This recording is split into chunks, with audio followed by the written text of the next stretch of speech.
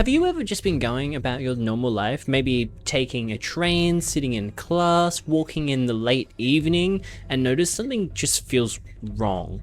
A streetlight flickers, it's too quiet for what's happening. People are missing that are normally around, hallways lasting a bit too long, unnatural things in your everyday life. I love the idea of media that feels especially normal, yet just below the surface is something incredibly sinister and dark. People living their life, yet something is wrong. There's something out there. Something that you've always overlooked, or a fear that you feel in your everyday life that could just be realized in a moment. Losing people, workplace horror, a small town with something hiding in the woods, a job with a dark secret. Horror can be found everywhere, and what if it was actually around the next corner as you walk home from work? There's nightmares everywhere, and they're coming for you.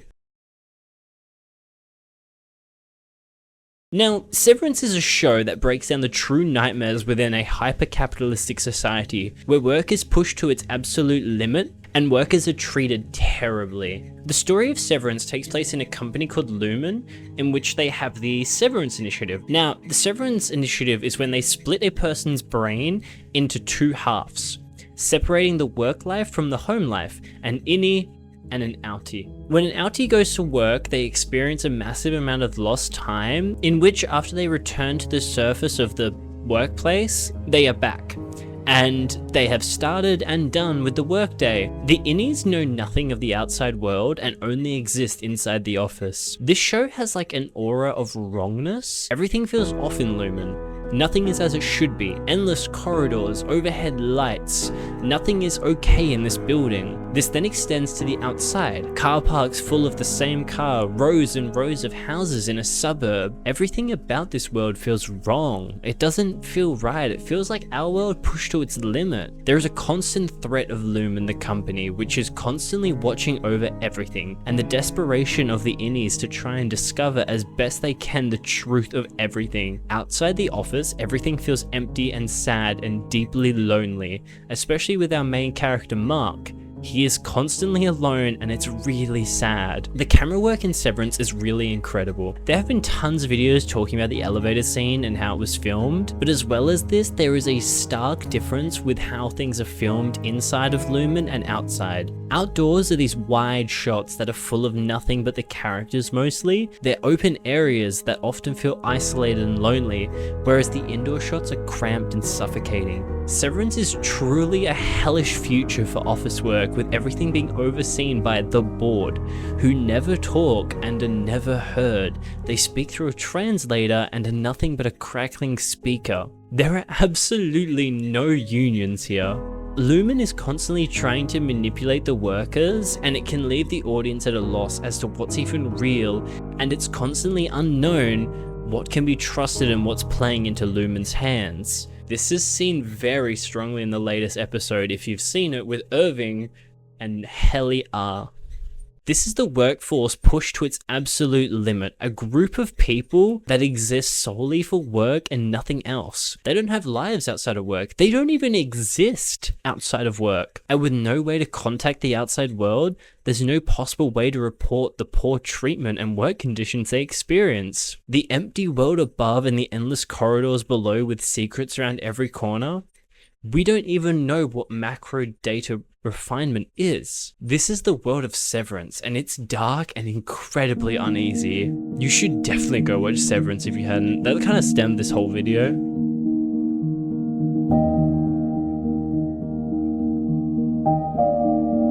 Imagine a world that almost ended. It got close, but it didn't end. This is a world that was very, very close to ending. This is the world of Until Then.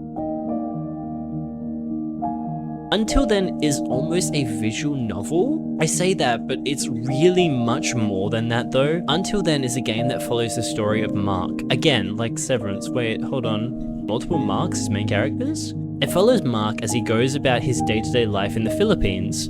However, the world he lives in might be coming to an end. Possibly. There was an event called the Ruling which has occurred in multiple areas. The Ruling caused multiple natural disasters that all occurred at the same time all over the world. and we are now witnessing the aftermath of a world that's experienced such a large amount of loss. Mark is a teenage student living in these uncertain times, and that's not even the half of it. There seem to be mysterious cases of people going missing and not returning, with no clues as to where they went. There are also moments of deja vu experienced by the characters. These also happen mostly during the rain. The game of Until Then treads the line of a coming-of-age story and a high school situations with this aura of uneasiness, as it feels like something could go wrong at any moment in this game. One second you're traveling up to the 3rd floor of a hospital, and the next moment you're in this nightmare version of the same hospital where everything is different and wrong. The world is in ruin. The ruling has left everything up to chance. Many people are in great need of support, and entire cities and towns have been wiped out.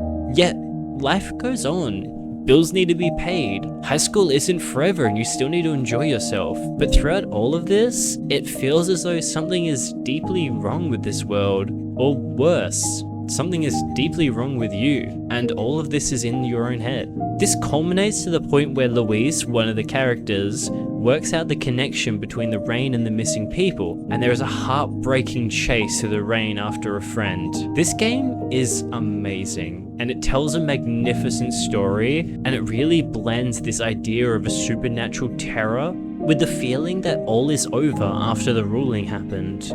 The fear that the world could end at any moment, and the supernatural aspects all the more emphasize on the coming of age story that's being told. If the world was to end tomorrow, have you achieved everything you wanted to?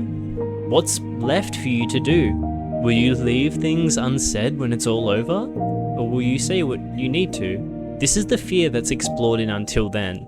Living in the moment, living like the world could just be over tomorrow. However, I want to finish this by saying what I've covered is but a small fraction of Until Then, and not even the main part of the game itself. This game is much more than just this fear. It's hopeful and tragic and just generally amazing, and 100% worth your time.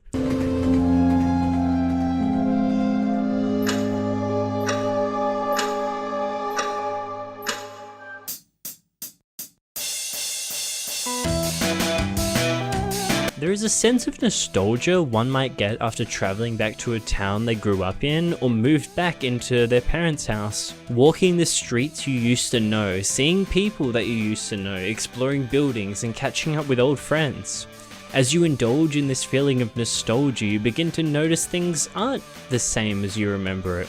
Your friends have changed and grown. They have dreams they cannot achieve due to circumstances. Your mother thinks she understands you, but she doesn't. Your town has changed and is changing. The things you thought you knew aren't the same, and as you begin to explore this new version of what you once knew, you begin to find something darker. A ghost that haunts you, following you around at night, and there's something darker at the center of all of this. The town has a dark secret, and you are in danger of discovering it and suffering the consequences. This is the idea behind the game Night in the Woods. It's an extremely cute indie game made by Infinity Fall. You play as college dropout Mae Borowski as she returns to the old crumbling mining town of Possum Springs. The game focuses on exploration and storytelling through characters. However, there's something in the woods. Night in the Woods is an excellent game that mixes complex character-driven story that dives deep into the interpersonal relationships between people that once knew each other and are now reconnecting after years of being away.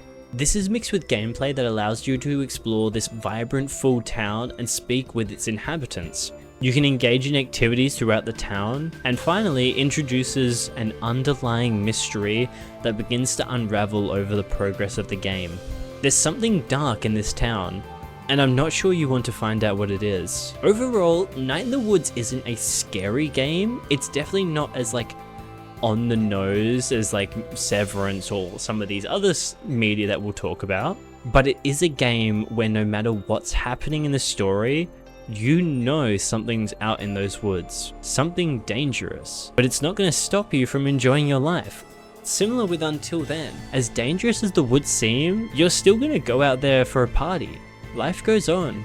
Most people won't even know something dangerous and dark is in their own town, and will go their whole lives not knowing. This game tells an excellent story, and even better than that, it builds a compelling mystery beneath it all that feels dark and dangerous, and despite it all, May still goes about her day, enjoying herself and catching up with her friends she hasn't seen for years. Night in the Woods is an excellent indie game that balances so many ideas so incredibly well. It's so impressive. It's incredibly disappointing that the follow-up game got cancelled, and I will never get over that. I think about that on the daily. It is so sad and tragic.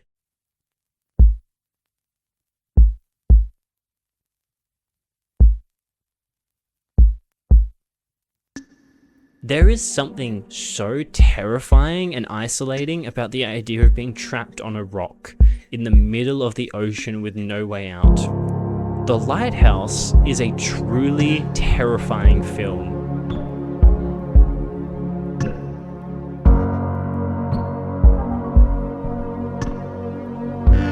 It tells a story of two men, two lighthouse keepers on a rock, barely know each other, and they must try to get along as something lurks out in the darkness. Just trying to do your job as existential horrors torment you from the world beyond this, it's terrifying. The scariest part of the Lighthouse is the fact that it's truly unknown if there is something supernatural at play, or nothing more than two men losing their minds in a storm. The movie really plays with ideas about the life of the American laborer and the tragedy that is the American workforce. This is mixed with an overall great tragedy of a story. Robert Pattinson is the new Lighthouse wiki and is trying to accumulate to the work. However, it's extremely different from anything he's ever done, and he struggles wanting to be taken seriously by the older wiki, played by William Dafoe. The atmosphere of this movie is deeply dark. It's very quickly shown that there might be something supernatural going on with the light in the lighthouse, with Robert Pattinson seeing William Dafoe standing up there late at night, butt-ass and naked, just looking into it. As much as Robert Pattinson wants to be given the responsibility of the light, William Dafoe is adamant about keeping it from him. This movie delves deep into old sea superstitions, with its scenes of intense gull murder and sirens in the ocean. The horror in the lighthouse stems from the unknown. Much like how Night in the Woods, the horror is unknown and unseen for most of the game, the horror in the Lighthouse is a much more prevalent force and a much bigger aspect of the story. Where Night in the Woods, it's barely noticeable for most of the game and people still find joy and have a great time. The Lighthouse's atmosphere is incredibly dark, and there is truly something out there, and you are all alone on this rock, and with no help ever coming for you. How far are you willing to go for your job? And what happens when you're pushed beyond your limit? Will you snap? And will anyone be around to be caught up in you after you break? That's the horror of the Lighthouse. Two men alone on a rock, trapped in a storm, and wrought with guilt and memories of their past regrets until they cannot continue going the way they are and turn on each other.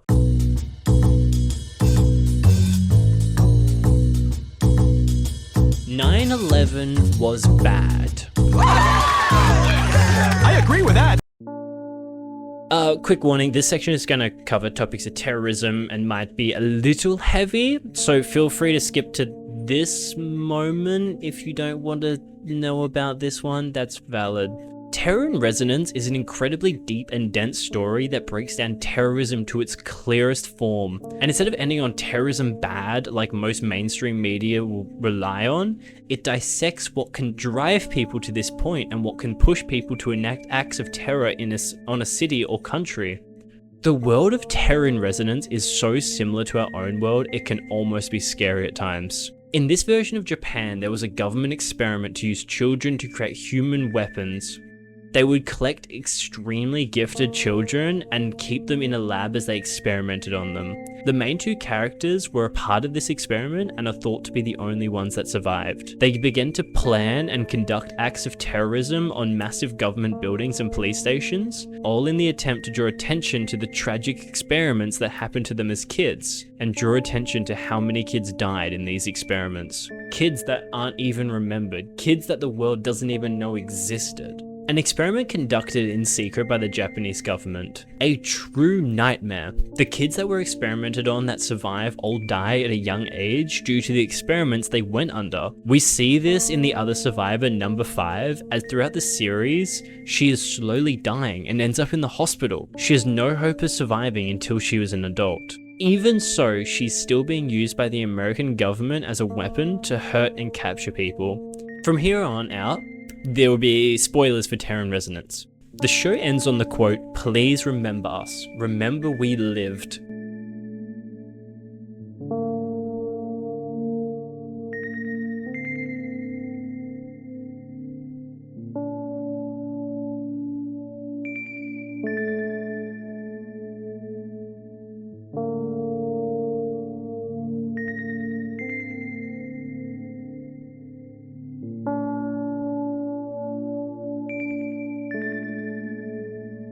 This is the main idea of Terror in Resonance. These two kids commit heinous crimes and hurt many people. Tokyo is living in fear that there could be a bomb anywhere, and all these kids want is to be known, to be remembered. Their whole life they've had to fight for the right to live, even with the knowledge they won't live to be an adult. And after everything, they are found by the US military and taken out. This is after they've completed their mission though. All they wanted was the right to exist. The fear they subjected people to is awful and unforgivable. Acts of terror are never okay, yet this show explains why people would enact these acts so incredibly well. It creates an incredibly sympathetic story about people just trying to fight for the right to exist. Honestly, it sounds really familiar to something that's going on right now.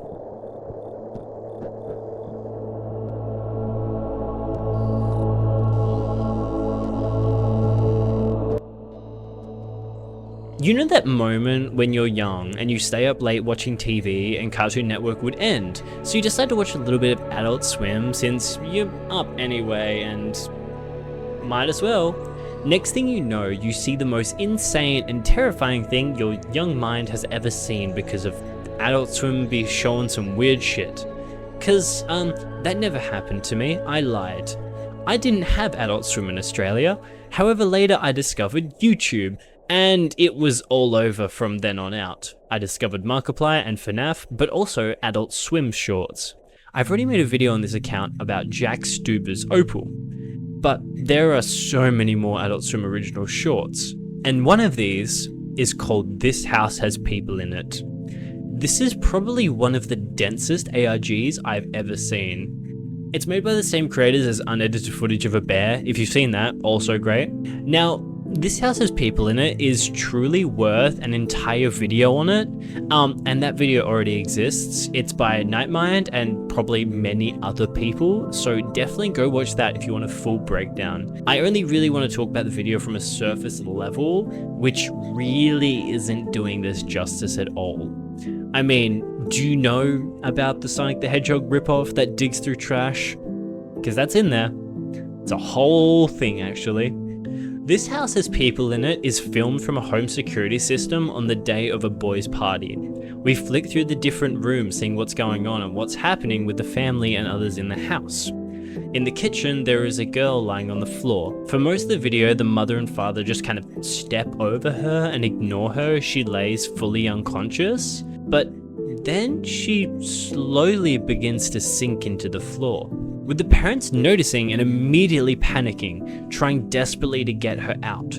Throughout this video, there is a wide range of creepy and unnatural things happening in and out of the house, with the baby escaping, a figure running around outside and by the windows. When the girl finally falls through the floor into the basement, the feed suddenly cuts. And we see an empty mattress on the floor, so it can be assumed she just kept falling through the floor and into the earth. As we hear the screams of the family, the house begins to fill with smoke, and the partygoers are all lying face down on the ground. The baby escapes out of the yard, and the last 5 minutes of this video are pure madness and absolutely insane, with screaming and fire and some weird claymaker, which is actually a video inside a video, but that's beside the point, there is such a deep underlying horror within this video. A family that is in dire straits, an unhelpful father, and a family so deeply rooted in secrets. This video has so much going on that I cannot even begin to give it justice here, and you should definitely go elsewhere for a full breakdown. But this video is really good at showing a growing panic in a family as their fears grow stronger until it overcomes them and destroys them. This house has people in it, is a family that is falling apart, yet there's something else going on, something deeper, something more horrifying that pushes these strained family bonds to their breaking point.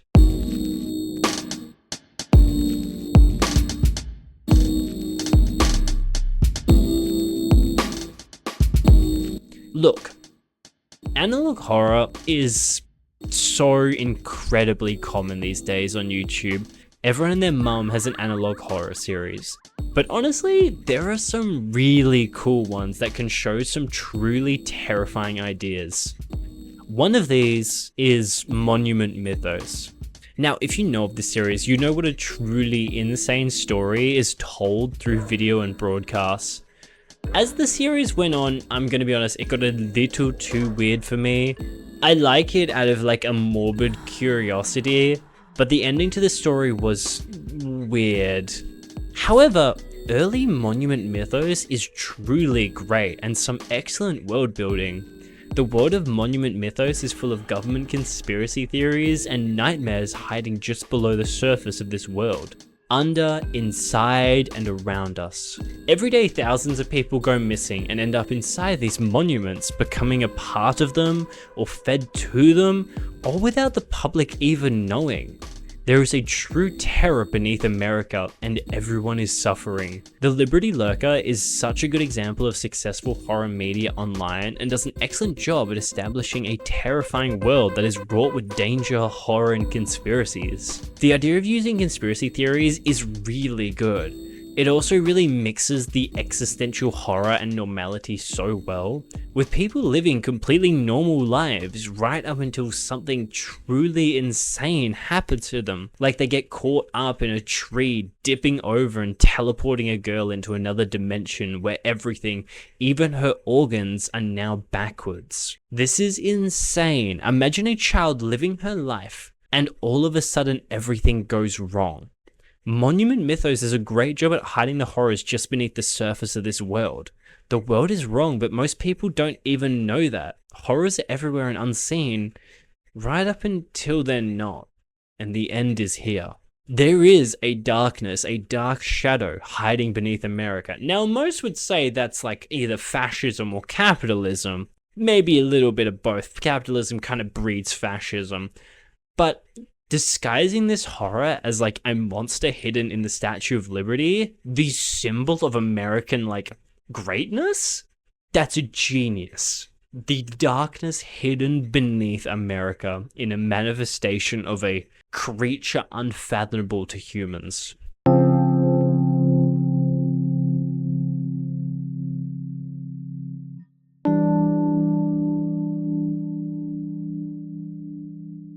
When looking at stories that are grounded in reality but hide a deep melancholy, there is no one really better than the late Satoshi Kon. Saying Satoshi Kon is a genius is like saying water is wet. You'll be hard pressed to find some work by Satoshi Kon that isn't at least decent. Satoshi Kon is excellent at weaving a narrative that feels like a real yet dream-like kind of world, and one wrong move could turn this into a nightmare. He would use the medium of animation to push stories as far as they could go. The movie Paprika follows the story of a girl named Paprika. She has the ability to exist in people's dreams and travels reality through dreams.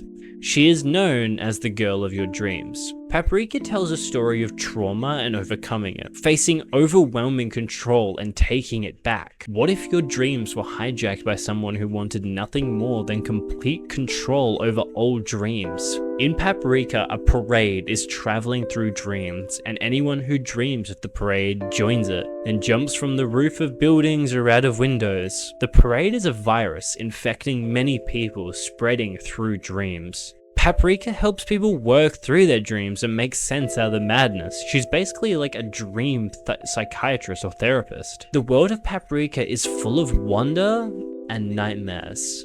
And beneath this bright, fun, wondrous exterior is a story of control over the world. One man trying to take control of all dreams to become a god.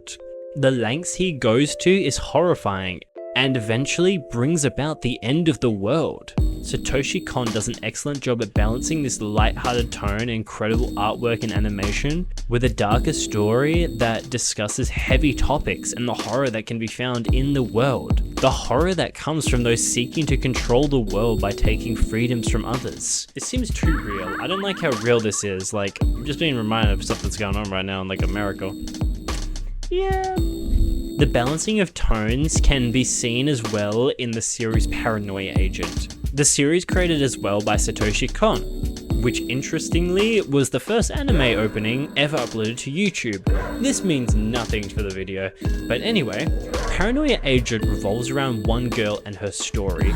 It's a story of escape, of people trying to escape their lives and the horrors that they have found themselves in. With no way out, they pray to escape, and who would come to save them but Little Slugger, a boy with golden roller skates and a gold baseball bat, who rolls around assaulting people. This is the world of Paranoia Agent. This section is going to contain spoilers for the end and the twist of Paranoia Agent, so skip to this time to avoid that again. In this world, the danger revolves around Little Slugger, and anyone is at threat of being attacked by this almost supernatural kid. However, most people attacked end up being freed from what was affecting them negatively after the attack, at least for a little bit. They do end up back where they started after time passes, but as Little Slugger's reputation grows, he becomes all the more dangerous, able to travel through walls and move in unnatural ways. At the same time that Little Slugger's reputation grows, so does another character, Moromi, a little dog plush. Moromi grows in popularity through the show, and we see how big this little dog gets, to the point where there are giant blown up Moromis at parades. Until one day, Moromi disappears from the world completely, and Little Slugger grows into a being that begins to consume everything. Moromi represented a balance in the world, the threat and hope of something like that. Without Moromi, there was nothing for people to hold on to, and Little Slugger consumes everything. People need to have something to put faith in and hold on to. Without that, they would fall into a deep despair. This is one aspect of Paranoia Agent. This is a complex story which follows multiple characters, some good, some bad, and how they deal with the challenges in their life. This story is full of hope, yet tragedy as well, and mostly a little dog and a kid with a bat. Satoshi Kon is able to write narratives that blend dreams and reality so well together, without shying away from some truly dark stories that are explored in his media. There is a deep terror hiding deep within society, and Satoshi Kon explores this, and he explores it well. There is something so fascinating about the narratives and overall atmospheres presented in the media I've talked about in this video. It's truly cool to see when media will blend this idea of normal everyday life or work or school, and then show this underlying fear that can be found in all these things. From Severance to Night in the Woods to Satoshi Kon. This media is truly interesting, and there's something about it that can really speak to people. The stories that are told this way can end up being extremely personal and really deep character-driven stories. I absolutely love these stories and how they're told. I am currently going through a massive change in my life, and it's really easy to think about all the dangers and how everything can go wrong. But like a lot of this media, there is always a positive side, a side of hope to look up to. It's not all over. There's always a light at the end of the tunnel. And I'll leave you on this last note. Never tell a man you hate his lobster. Let Neptune strike ye dead, Winslow! Thank you for watching.